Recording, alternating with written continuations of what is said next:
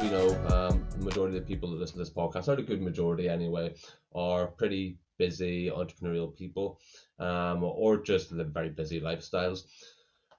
What can they do to start getting or to make these changes to their lifestyle? I mean, it's certainly something I need to do. Obviously, good fitness, good diet is a big part of being healthy. But obviously keeping the mental health and keeping the relative, as the sort of holistic side of it, healthy.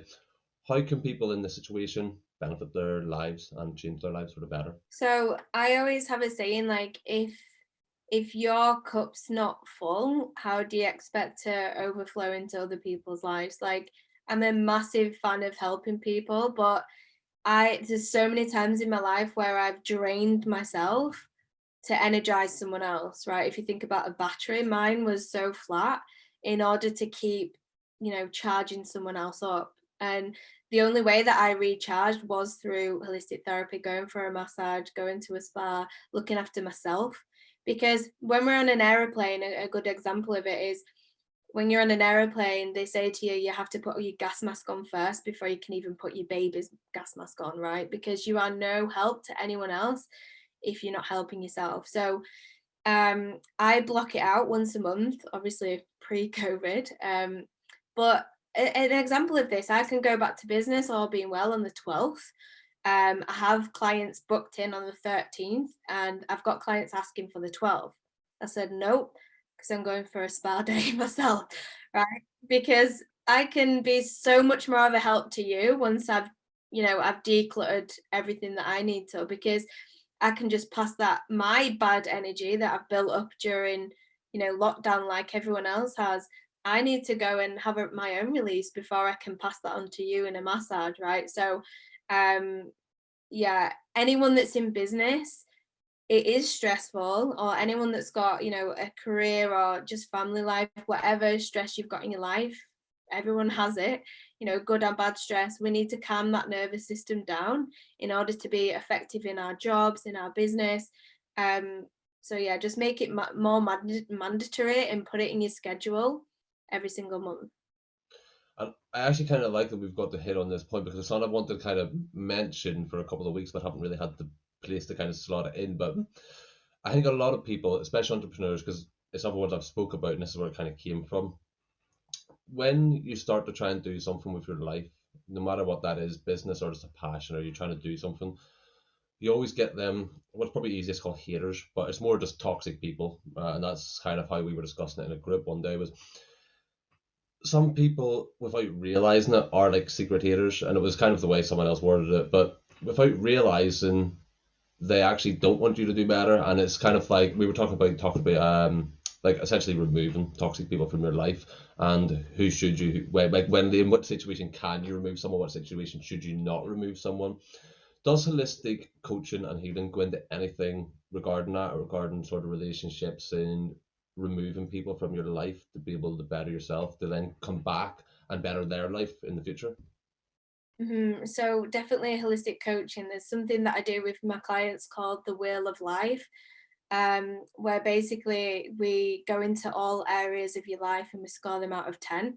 And if you can imagine a wheel, it has to be like a full circle, right? So if any of that is unbalanced, that's where we need to work on to make everything a bit more balanced in your whole life, not just one area.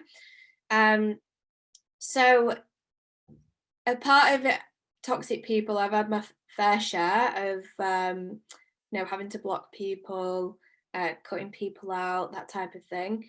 Um, but I think it all comes down to knowing yourself and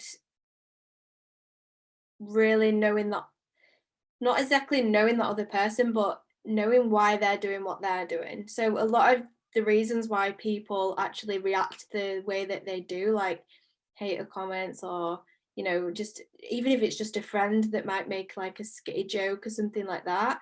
If it's someone I don't know and it's on social media, I just block them because I don't need the energy. But if it's someone that's maybe said something in a better way that they just don't understand, then I'll help them understand, or I'll look into their life and be like, I understand why they are like they are, and they might be worth, helping.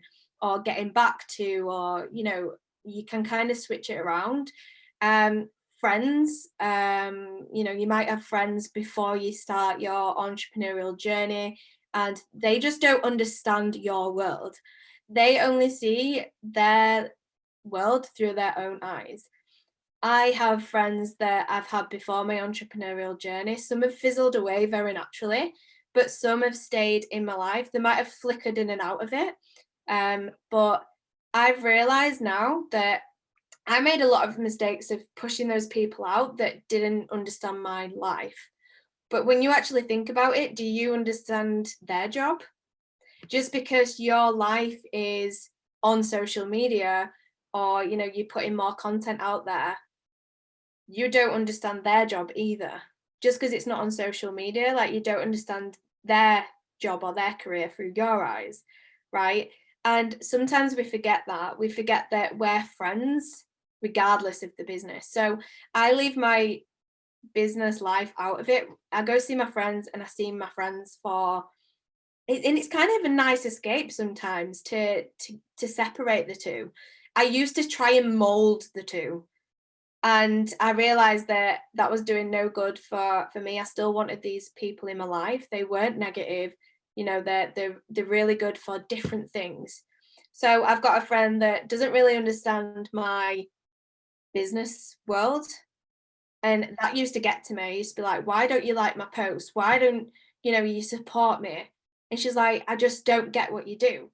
And then I thought to myself, well, I don't get what you do either. So just because mine's on social media, I don't go into your where you work and start asking them for a boiler, or this type of thing, right? So I had to change how I looked at it as well. I couldn't just play the victim, and get someone to like what I do. They just don't understand it.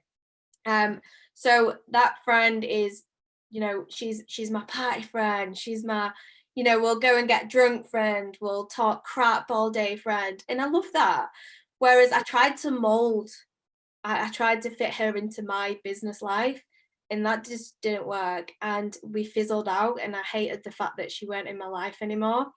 So I was like, right, I'm going to leave the business side. She's my friend because she's my friend. So you just have to differentiate the two and think, right, if this person wasn't in my life at the most crucial moments, such as getting engaged, having a baby, getting married, would you want them there? If the answer is no, fine, let it fizzle out, do what you want. But if the answer is yeah, you'd be gutted if they weren't at your wedding, they weren't a bridesmaid, best man or whatnot, then keep them in your life and just realize that you've got two separate lives, out of play and work. That's a really good way. That's a really good way of putting that. I've never heard that sort of, not knowledge, but that way of thinking before. That's actually, it's actually very thought provoking. Sorry for myself. That's very thought provoking. Yeah, it's a huge lesson I've had to learn, and the hard way as well. I've nearly lost some really good friends that I adore, because I was trying to fit them into my life. And you're going to find it anyway. I mean, if you start, like you're talking about, the entrepreneurial journey, no matter what niche or what industry you're in, you're always going to find new friends, or more a network within that you're going to be friends with enough, but you can also have business with.